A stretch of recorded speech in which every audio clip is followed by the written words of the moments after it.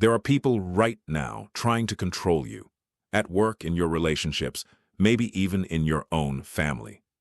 They're using guilt, pressure, emotional manipulation. But here's what's fascinating. With you, it doesn't work. And the craziest part, you probably don't even realize you're doing it. See, most people think being manipulation-proof means being aggressive, argumentative, or cold. But that's not it at all. In fact, the people who can't be controlled are often the calmest people in the room. They're not fighting. They're not explaining themselves endlessly. They're just different. Today, I'm going to show you the 5 psychological patterns that make you immune to manipulation. And, by the end of this video, I'm going to reveal the one trait that manipulators fear most, the thing that completely dismantles their power. It's something you might already be doing, and once you understand why it works, you'll never second-guess yourself again. Stay until the end, because signal. Number 5 is the one that makes manipulators genuinely uncomfortable, and almost nobody talks about it. Let's start by understanding what manipulation actually is, because most people get this wrong. What manipulators need from you. Manipulation isn't about being mean or aggressive. It's about control through emotional dependency. And here's the key. Manipulators need 3 things to work. First, they need your emotional reaction. They need you to get defensive, to justify yourself, to feel guilty, to get angry. Your emotion is their entry point. It's like a door they can walk through to influence your decisions. Second, they need you to seek their approval. If you're constantly checking whether they're okay with your choices, whether they're happy with you, whether you're doing the right thing in their eyes, you've already given them power. Third, they need you to fear consequences, the loss of their affection, their anger, the discomfort of conflict, social judgment. Fear keeps you negotiating with them instead of standing firm. Now here's what's interesting. People who can't be manipulated aren't fearless. They're not emotionless robots. They simply don't hand over these 3 things. And they do it so naturally that it looks effortless. The control dynamic. Think about the last time someone tried to guilt trip you. Maybe they said something like, "Well, I guess my feelings don't matter to you," or, "After everything I've done for you, this is how you treat me." That's bait. They're fishing for an emotional reaction. They want you to scramble, to apologize, to change your mind, to prove you care. Most people take the bait. They say, no, that's not what I meant. Let me explain. And suddenly they're in defense mode, negotiating their own boundaries. But you don't bite. And that's where it gets interesting. Why some people are naturally resistant. There's research in psychology about something called differentiation, your ability to maintain your sense of self while staying in connection with others. People with high differentiation can be close to someone without losing themselves. They can hear criticism blunt without crumbling. They can disappoint someone without falling apart. This isn't about being cold or detached. It's about having a stable internal compass. And when you have that, manipulation tactics just bounce off. Let me give you an example. Imagine someone says to you, "If you really cared about me, you'd do this." A person who's easily controlled thinks, "Oh no, maybe I don't care enough. Maybe I'm being selfish. I should prove I care." But you think, "I do care, and I'm still not doing that." See the difference? You didn't reject the person. You didn't argue about whether you care. You simply held your boundary without needing to defend it. That's the pattern, and it shows up in 5 specific ways. Before we dive into these 5 signals, do me a favor. If you're finding this valuable, hit that like button right now. It helps more people discover this content. And if you want to understand human behavior on a deeper level, the psychology behind why people do what they do, subscribe to this channel. I break down complex psychological concepts in ways that actually make sense and that you can use in real life. And drop a comment below telling me, have you ever dealt with someone who tried to manipulate you? How did you handle it? I read every comment, and your stories help other people realize they're not alone. All right, let's get into the 5 signals. Signal number 1, you don't react the way they expect. Here's an uncomfortable truth. People who want to control you need an emotional reaction. They need you to explain yourself, to justify your decisions, to get upset, to defend yourself. But You don't do that. Someone says, "You're being selfish." You say, "I understand you feel that way," and you continue with your decision. You listen, but you don't engage in the fight they're trying to start. And this is disorienting for a manipulator because they expect one of two things: defense or submission. When they get neither, they lose their footing. Your calmness isn't passivity, it's self-control. And to someone who's used to controlling others through emotional chaos, your composure is frustrating. Here's why this works psychologically. Manipulation relies on what's called emotional contagion, the idea that emotions spread from person to person. If they're angry, they expect you to get angry or scared. If they're hurt, they expect you to feel guilty. But you're not a mirror. You don't absorb their emotional state. You remain stable. And that stability is what protects you. Think about it like this. Imagine someone trying to start a fire, but the wood they're using won't ignite. They can keep trying, but without fuel, there's no fire. Your non-reaction is that fireproof wood. Signal number 2, you don't over-explain yourself. This one is subtle but powerful. People who are easy to control give too many explanations.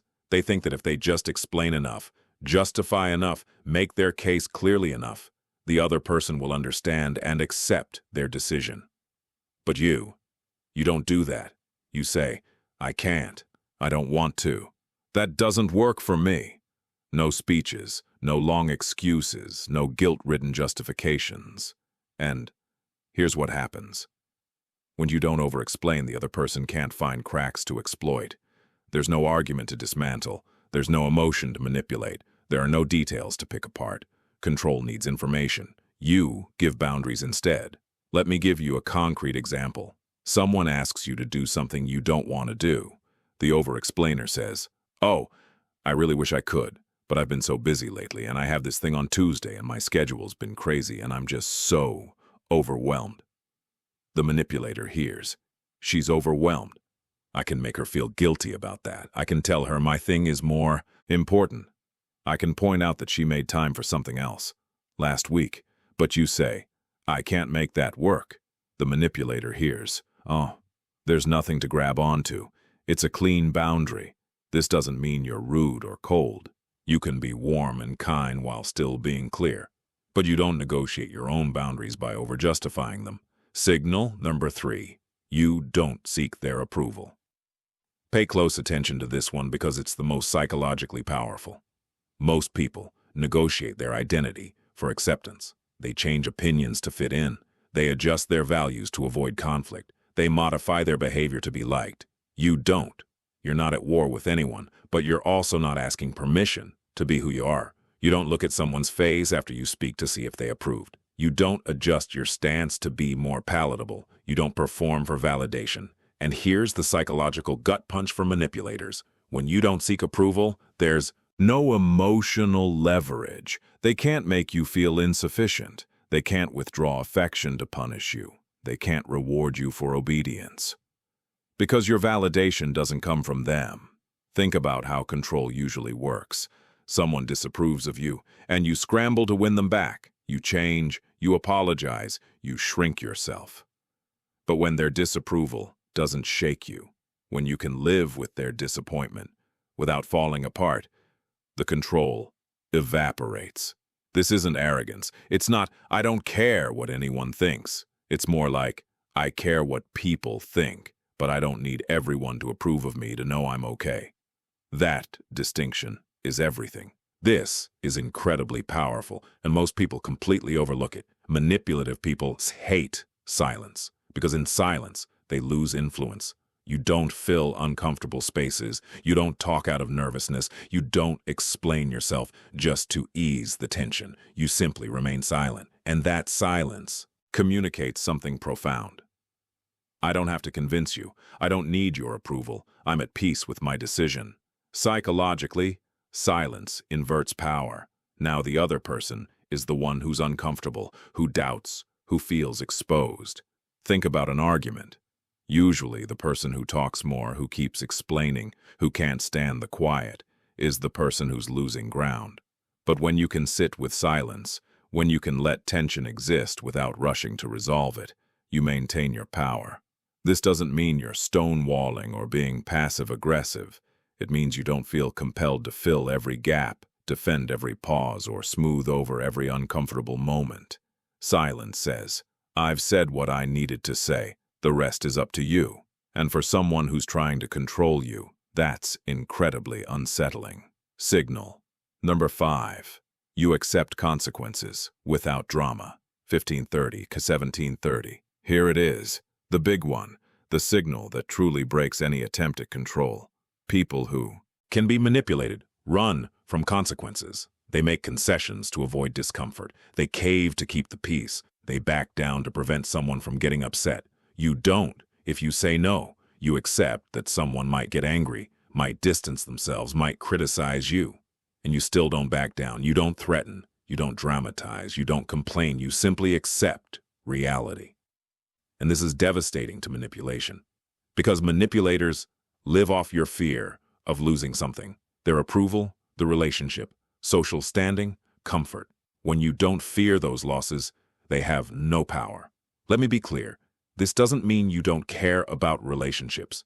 It doesn't mean you're reckless or don't consider consequences. It means you're willing to let consequences happen if holding your boundary requires it. Here's a real-world example. Someone says, "If you don't do this, I don't know if I can stay friends with you." That's a threat designed to make you choose their comfort over your boundary. Most people panic. They think, "I can't lose this friendship. I'll just do what they want." But you think, "I care about this friendship. And if it ends because I held a reasonable boundary, then it wasn't the friendship I thought it was." You're not being cold. You're being honest. And you're willing to live with the outcome. That acceptance, that willingness to let the chips fall where they may, is what makes you uncontrollable. Because control only works when you're afraid of what happens if you don't comply. So let's bring this all together. You're not difficult. You're not cold. You're not insensitive. You're just not manageable. And here's what people don't understand. This isn't something you learn from reading motivational quotes or watching a few videos. This is built through self-awareness, clear boundaries, and tolerance for discomfort. It's the result of knowing who you are and being okay with not everyone approving of that. It's the result of valuing your peace over other people's comfort. It's the result of being willing to lose what isn't meant for you. And if you saw yourself in these 5 signals, don't change. Because here's what happens when you operate this way. Healthy people adjust, toxic people leave, and both of those outcomes are a win. The healthy people respect your boundaries. They appreciate your authenticity. They value the fact that you're not playing games. The toxic people get frustrated and move on. They can't hook you, they can't guilt you, they can't control you, so they find someone else who's easier to manipulate. Either way, you win. Now I want to hear from you. Which of these 5 signals resonated most? Are you naturally good at this, or is it something you're working on? Drop a comment and let me know. And if this video gave you clarity, do 2 things for me. First, hit that like button so this reaches more people who need to hear it. Second, subscribe to this channel because we're diving deep into human psychology every single week. Next video, we're talking about why emotionally detached people always have control, and it's not what you think. Thanks for watching. I'll see you in the next one.